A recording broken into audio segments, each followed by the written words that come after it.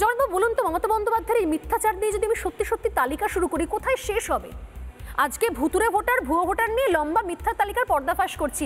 এটা তো শুধুমাত্র আজকে শুরু নয়। আমার মনে পড়ছে আজকে কথা বলতে গিয়ে, আজকে সারাদিন ধরে কভারেজ দেখাতে গিয়ে এই মমতা বন্দ্যোপাধ্যায় অভয় নিয়ে মিথ্যাচার করেছেন, টাকা দেওয়া নিয়ে মিথ্যাচার করেছেন, অভয়ের মৃত্যু নিয়ে, হত্যা নিয়ে মিথ্যাচার করেছেন। প্রত্যেক ক্ষেত্রে ছত্রে মিথ্যাচার। আজকে আমি দেখিয়ে দিলাম যে বার্থ সার্টিফিকেট নিয়েও যে মিথ্যাচার করছেন সেটাও আর ধোপে টিকছে না। ইলেকশন কমিশন ওয়েবসাইটে সব আপলোড করে দিয়েছে অলরেডি, যদিও 4টে জেলা বাদ দিয়ে।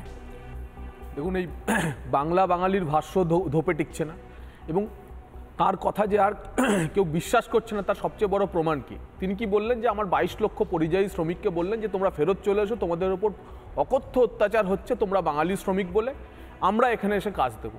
আচ্ছা, তারপরে তো 10-15 দিন কেটে গেছে। আপনি দেখেছেন যে লাইন লাগিয়ে শ্রমিকেরা হাওড়া শিয়ালদা স্টেশনে 22 লক্ষ পরিযায়ী শ্রমিক তারই হিসেব দেওয়ার মতো হিসেবে ফিরতে শুরু করেছেন। মমতা বন্দ্যোপাধ্যায় তাদের কাজের হিসেব দিচ্ছেন। তাতে কি প্রমাণ হয়? এক হচ্ছে মমতা বন্দ্যোপাধ্যায়ের কথার উপর, মুখ্যমন্ত্রীর কথার উপর পরিযায়ী শ্রমিকদের কোনো আস্থা নেই। দ্বিতীয়ত, তারা ভালোই আছে বাইরের রাজ্যে, বাঙালি হিসেবেও ভালো আছে, পরিযায়ী শ্রমিক হিসেবেও ভালো আছে, তারা কেউ ফিরছে না।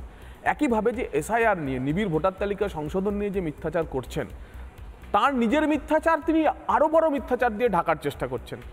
দেখুন, এর আগে তো একটা বড় মিথ্যাচার 28শে আগস্ট নেতাজি ইন্ডোর স্টেডিয়াম থেকে করেছিলেন। তিনিই তো বলেছিলেন যে ভোটার তালিকা শুদ্ধিকরণ দরকার, তার কারণ হরিয়ানা, গুজরাট, দিল্লি সমস্ত নাকি বিজেপি শাসিত রাজ্যগুলির ভোটাররা এসে পশ্চিমবঙ্গের নাম তুলেছে। উল্টা আমরা কি দেখেছি? জঙ্গি সাদ, আনসারুল্লাহ বাংলা, মানে আল কায়দা ইন সাবকন্টিনেন্টে জঙ্গি, তারা নওয়াদা হরিয়ারপাড়ায় ভোট দিয়ে চলে গেছিল। সেইটাকে ঢাকার জন্য হঠাৎ করে তিনি বাড়ি বাড়ি তার ক্যাডারদের নামালেন। এখন বলছেন যে না, এখন ভোটার তালিকা আমি সংশোধন করতে মানে আমি বলছি ভুতুরে ভোটার, মৃত ভোটার, তাদের নামও কাটতে চাইছেন না। এটা কি ধরনের গুয়ার তুমি? একমাত্র রাজ্য তো। এবং আমি বলছি যে বার্থ সার্টিফিকেট যে মিথ্যে কথা বলছে, আপনি প্লিজ একটু ক্লিয়ার করে বলে দিন। উনি বারবার করে ভুল বোঝাচ্ছেন। 2002-তে ইতিমধ্যে সবকিছু আপলোড হয়ে গেছে, 4টে জেলা আপলোড হয়নি। এর পেছনে বড় গল্প রয়েছে, বড় স্ক্যাম রয়েছে, সেটা আমি আরেকদিন আপনাদেরকে বুঝিয়ে দেবো। কিন্তু যে 20টা জেলা আপলোড হয়েছে, সেই 20টা জেলাতে 2002-তে যাদের নাম রয়েছে ভোটার তালিকায়, যাদের নাম সেই সময় ভোটার তালিকায় ছিল, তাদের সত্যি সত্যি বার্থ সার্টিফিকেট দেওয়ার দরকার আছে। 80 থেকে 85% মানুষকে, ভোটারকে পশ্চিমবঙ্গের কোনো তো ডকুমেন্ট দেখাতেই হবে না। কেন? কারণ নির্বাচন কমিশন বলে দিয়েছে 2002-এর ভোটার তালিকায় যাদের নাম থাকবে তাদের উত্তর প্রজন্ম এবং তাদের নাম ছিল, তাদের কাউকে কোনো কাগজ দেখাতে হবে না। তাহলে কি বলতে হবে? ওই 2002-এর ভোটার তালিকাটি নিয়ে বুথ লেভেল অফিসার এবং আগের থেকে পূরণ করা প্রি ফিল্ড এনুমারেশন ফর্ম, সেটা নিয়ে বিএলও বুথ লেভেল অফিসার বাড়ি বাড়ি যাবেন। তারপরেতে যখন পুরনো পার্ট নাম্বার ধরে যখন ওই ব্যক্তি বলবেন, ওই ভোটার বলবেন আমার 2000 সালে দেখুন তো অমুক বুথে ভোট দিতাম, এই ছিল বুথ নাম্বার, আমার নাম আছে কিনা। যদি দেখেন নাম আছে, তাহলে শুধু এই পার্ট নাম্বারটুকু লিখে নেবেন বিএলও তার বিএলও অ্যাপে সেটুকু উল্লেখ করে দিলেই ব্যাস, কোনো ডকুমেন্টেশন করতে হবে না। 2002-এর পর ধরুন সবচেয়ে বড় ক্রিটিক্যাল জায়গা কোনটা? যে 2002-এ বাবা মায়ের নাম ছিল না, 2002-এর পর আমাদের সবার নাম উঠেছে, পুরো পরিবারের নাম উঠেছে। আমি পশ্চিমবঙ্গের বাসিন্দা, আমি বৈধ বাঙালি, আমি বৈধ ভারতীয়, তাহলে কি আমাকে কি দেখাতে হবে?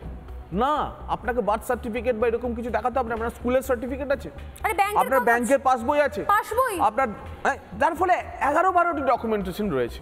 কিন্তু এর মধ্যে একটি ফাঁক রয়েছে যেটা নিয়ে আমরা উৎকণ্ঠায় রয়েছি, চিন্তায় রয়েছি। সেটা হচ্ছে পার্মানেন্ট রেসিডেন্স সার্টিফিকেট। ওই 11টি ডকুমেন্ট, তার মধ্যে একটি রয়েছে পার্মানেন্ট রেসিডেন্স সার্টিফিকেট। কেন আমরা উৎকণ্ঠায় রয়েছি?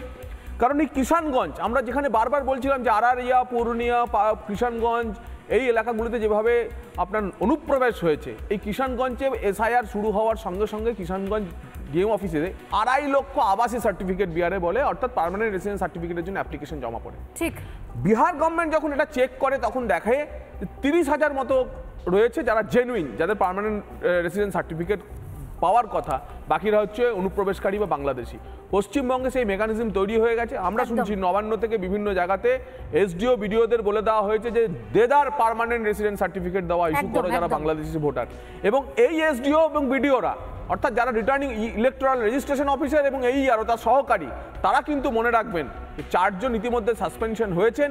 আমরা যেটুকু জানতে পারছি কমিশন সূত্রে আরও 2 জনের নামে রেকমেন্ডেশন গেছে, তাদের ভুল ভ্রান্তি যেভাবে ধরা পড়েছে। শুধু তাই নয়, আমি একটা খবর বলছি, যাবতীয় মানে অর্থে একটা বিষয় স্পষ্ট, আগামীকাল যে নবান্ন অভিযানের ডাক দেওয়া হয়েছে, আমি অন্তত বাংলার নিজের মেয়ে, মাতৃভাষা বাঙালি, বাংলার নিজের মেয়ে হিসেবে আমি সমর্থন করি, কারণ যাবতীয় সমস্যার মূল ঘাঁটি হচ্ছে ওই নবান্ন। নানা ধরনের কন্টেন্ট দেখার জন্য লাইক করুন, শেয়ার করুন আমাদের ফেসবুক পেজ, সাবস্ক্রাইব করুন আমাদের ইউটিউব চ্যানেল। পাশাপাশি অন্যান্য ব্রেকিং নিউজের জন্য অবশ্যই চোখ রাখুন রিপাবলিক বাংলায়।